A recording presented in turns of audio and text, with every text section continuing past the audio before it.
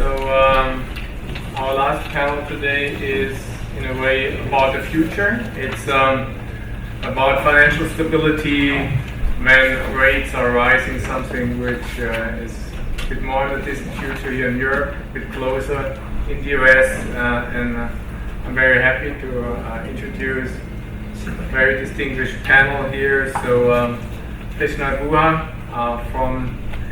will take on the US look on things, and will elaborate on how things develop in the US.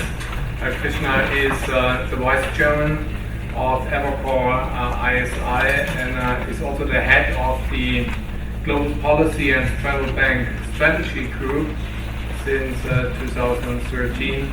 And before that, Krishna was with the New York Fed, head of external relations there from 2010 to 2013. Also senior advisor to the president, particularly on financial stability and on regulatory policy there. And before that, he was a senior writer with the Financial Times on economic issues. Thank you, Krishna, for being here. Hans-Helmut Kotz is here in Frankfurt at the Center for Financial Studies. He's a senior fellow there. He's also a program director of the SAFE Policy Center. He is a resident fellow at Harvard Center for European Studies. He has also a Bundesbank background, which is of interest today. He was a member of the executive board there from 2002 to 2010. And worked there particularly on financial stability markets and statistical issues. He's a senior advisor to a couple of corporations, including McKinsey and UniCredit. Al Wilson is Moody's global head for sovereign and supranationals. He joined Moody's in 2010 prior to his current position as global head of sovereign. He was the EMEA Chief Credit Officer, overseeing all lines of business in Europe. Before joining Moody's, Al was at the Bank of England, career over 21 years there, senior positions that included banking supervision, FX and reserve management, banking operations, and financial stability. Very good panel to address the issue of financial stability when rates are rising. And the plan from our end here is I'd like to give each of the panelists 8 to 10 minutes to share the view on how the different regions are resilient to this maybe more challenging environment going forward, particularly the anticipated increase in US interest rates. And Krishna will focus primarily on the US, but will also contribute to the comparison and his views on QE, Europe versus the US, and then again, what are the differences here, what are similarities.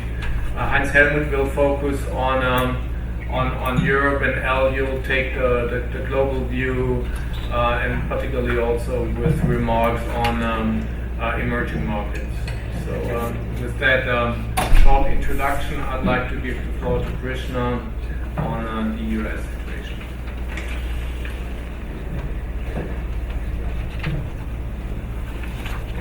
Thank you very much for the kind introduction and for the opportunity to speak with you today. I wanted to divide my remarks into two halves. First, I wanted to offer, thank you. Let's take this first. Good. Is that better? Thank you. So as I was saying, I'd like to divide my remarks into two halves. First, to discuss what I think is an important distinction between the design of the ECB QE program and that of the Fed's QE3 program with respect to financial stability concerns. And secondly, to discuss some of the implications for US monetary policy and stability of the Fed moving towards tightening in an environment of very asynchronous global monetary policy. So to begin with on the first topic, it is, I think, a crucial but underappreciated fact that there is a big difference between the definition of the policy rule for ECB open-ended QE and for the Fed's QE3 program. The difference lies in the fact that there is no explicit cost-benefit test in the policy rule for ECB QE, whereas there was in the Fed's QE3 program an explicit cost-benefit test embedded in the policy statement. Now that cost-benefit or efficacy in cost assessment spanned a number of different issues: the possibility of a rise in the inflation risk premium, liquidity issues, remittance concerns. But as time progressed, it became clear that this was really a financial stability question. Now, in the architecture of the statement, in the Fed case, we had unfortunately created, in my view, two rules for one instrument. We had an endogenous outcome-based rule, so keep buying assets until you achieve a substantial improvement in the labor market outlook in a context of price stability, and we had a cost-benefit test, which implicitly said keep going until the marginal cost and the marginal benefit lines cross. Two perfectly good rules, but two rules for one instrument does not work. And in my view, this led directly to the taper talk episode in Q2 of 2013, which I think was an ex-ante as well as ex-post policy error. So I think it's a good thing that the ECB learned from the Fed's experience and has one single coherent policy rule. I also think that it's fundamentally correct, analytically in the Eurozone context, that financial stability should not be presented as a cross-check against monetary accommodation in this context. Now, to begin with, this is for a very simple reason, which is, in the context of a central bank with an inflation mandate, the reason you care about financial stability issues, strictly speaking, is because of the risk that a future bust could lead to a deflationary outcome. This is not a controversial definition. This is the same definition Otmar Issing used in his 2003 speech about monetary policy and financial stability. Is there a trade-off? Now, in the current context, on a probability of 100%, we've realized a very poor inflation outcome.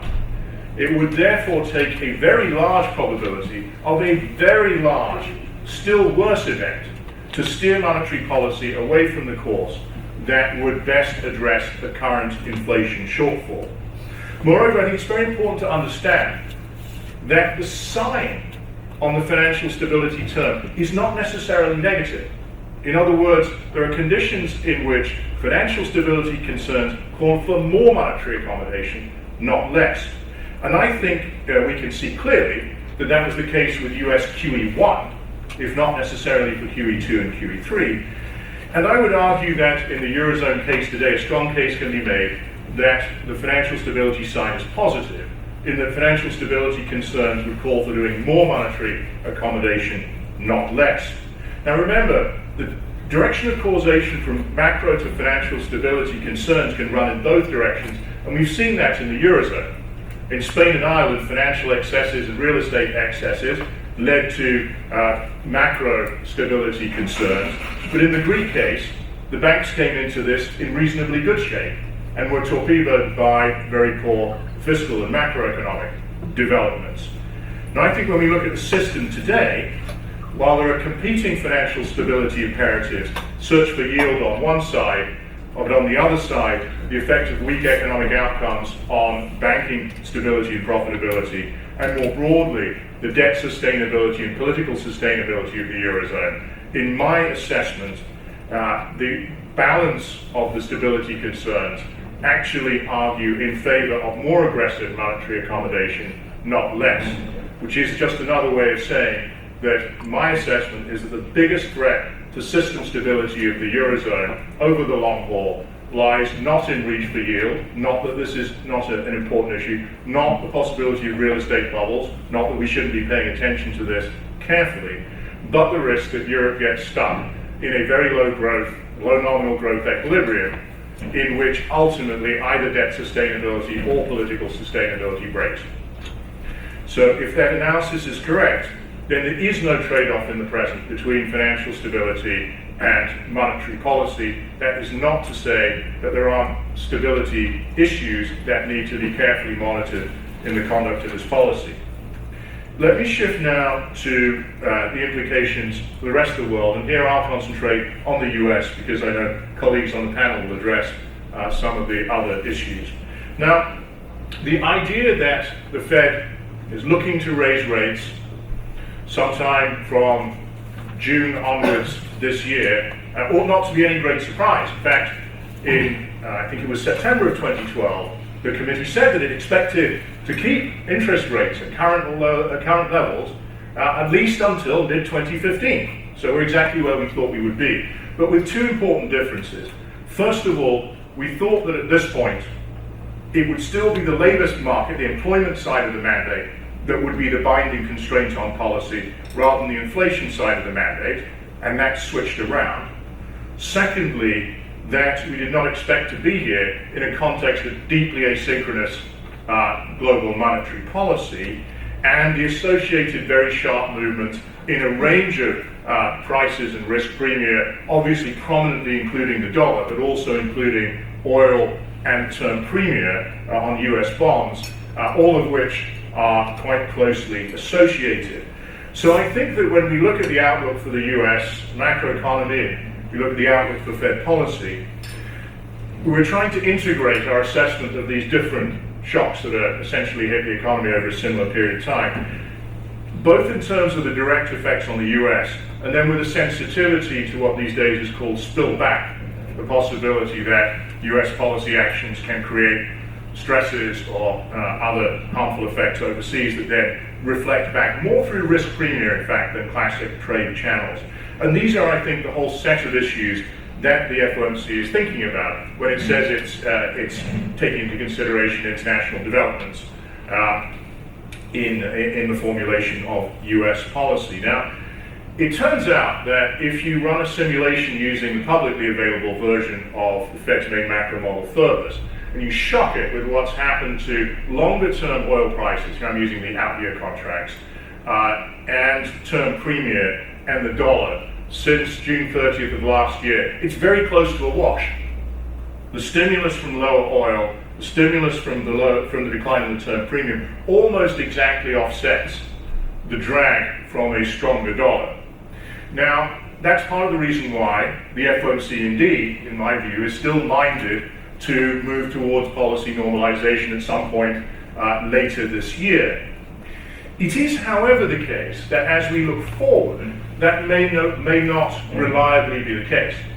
In other words, it's much easier for me to see how the dollar could materially strengthen from here further than it is for me to see how term premia could fall by another 100 basis points, or the oil price could halve again and in a sustained, on a sustained basis.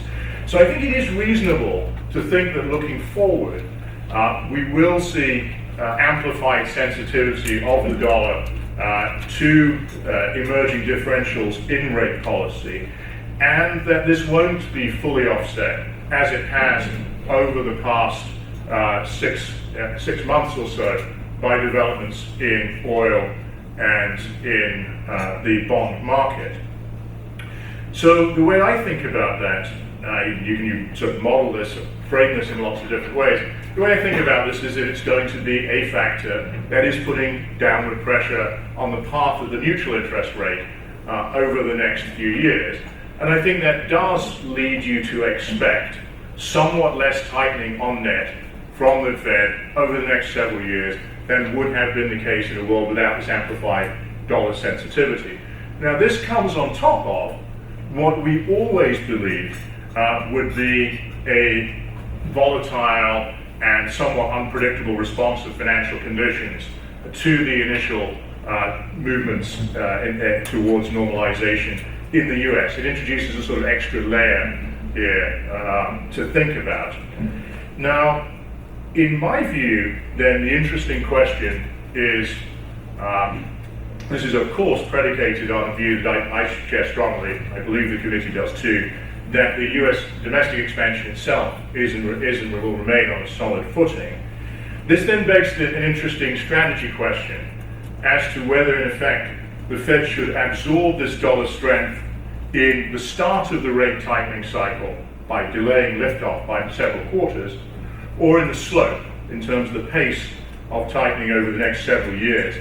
I know my time is limited, so I'm not going to go into this in detail, but perhaps one source of disagreement I would have with Eric, who was with us earlier, is that my own view is that we are gradually approaching the point, perhaps on around the September timeframe, where it may make sense to actually proceed with the normalization at taking the dollar strength in the slope rather than the start date of the tightening cycle, in order to maximize opportunities for learning by doing, and to give yourself the best chance that you'll be evolving policy in a gradual and continuous way, rather than having to make an abrupt adjustment to rates later on, which I think would raise larger stability concerns in the US and overseas. So I'll wrap up on that point. Thanks very much indeed.